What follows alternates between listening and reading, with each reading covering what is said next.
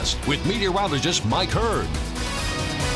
Peak wind gusts continue to be the main concern across southwest Montana this afternoon and evening. And right now, those winds are getting a little stronger around Dillon and Whitehall, 40-mile-per-hour gusts around Ennis and Norris Hill. But still, the strongest of gusts are out towards Livingston, closing in on 60 miles per hour. And again, this is creating some difficult wintry travel in some areas of southwest Montana. But this storm system has a lot of moisture spilling in with a jet stream with a warm front. That's going to be followed up by cold front in the next 24 to 48 hours.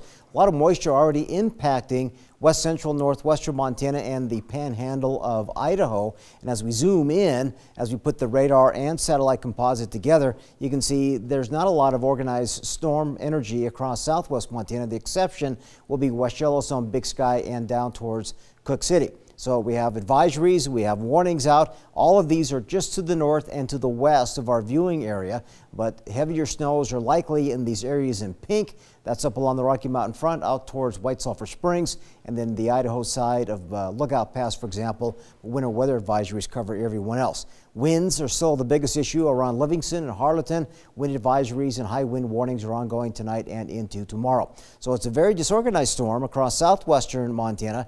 Mountains should see some snow tonight into tomorrow, and that definitely includes Big Sky, West Yellowstone, Yellowstone National Park. But valleys could get clipped with a little bit of off and on snow, not a lot, over the next 24 to 48 hours. So more wind and definitely a west-southwest flow, and again, just a little on the unsettled side for us locally. So snowfall numbers are not that impressive for lower valleys, less than an inch, if that, but higher elevations like around Big Sky, West Yellowstone, Cook City, could be looking at quite a bit of fresh snow over the next handful of days. 34 degrees right now in Butte. We got a southwest wind, fairly stiff at about 12 to 15. Good visibility at this hour. And for Bozeman, 36 degrees right now. Wind is picking up in intensity at the southwest around 15 to 25 miles per hour. Lots of 30s and a few 40s mixed in across the state. The only exception is West Yellowstone, still struggling just a bit at 19 degrees. So our forecast for tonight, teens, 20s, and 30s. A lot of cloud cover, a little bit off and on snow, especially higher elevations, and brisk southwest winds. Tomorrow, more of that. Temperatures will stay slightly above average in the upper 30s and lower 40s. A slight chance for snow and some off and on gusty winds, especially in the afternoon. Mostly mountain snow, especially for Big Sky and West Yellowstone tonight. Everyone else, maybe a slight chance for a dusting in the valleys, but 20s, 30s, and windier 40s are in there for tomorrow, and those are above average. But we'll drop well below normal for temperatures by the time we get into the end of the week and towards the weekend. There's an off and on chance for at least a little bit of snow for the Bozeman area. Slightly better opportunity by Saturday and again Monday of next week. But look at the cooling trend kicking in with teens for highs next week and single-digit early morning lows. Butte, again, a slight chance for some passing snow showers Tuesday night into Wednesday, maybe a little bit here and there Thursday and Friday.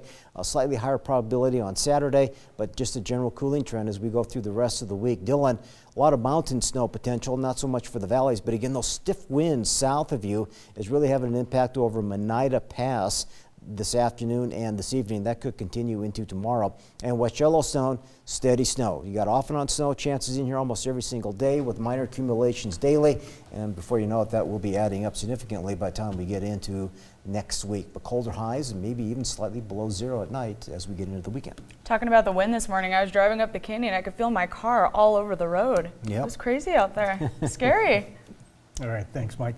Nick Petrotoni's in with sports and big news out of Montana Tech. Last night, M10 Sports confirmed that head coach Chuck Morrell has resigned from the program to go to Fresno State. We have the latest on what the Ore Diggers are doing to combat the loss.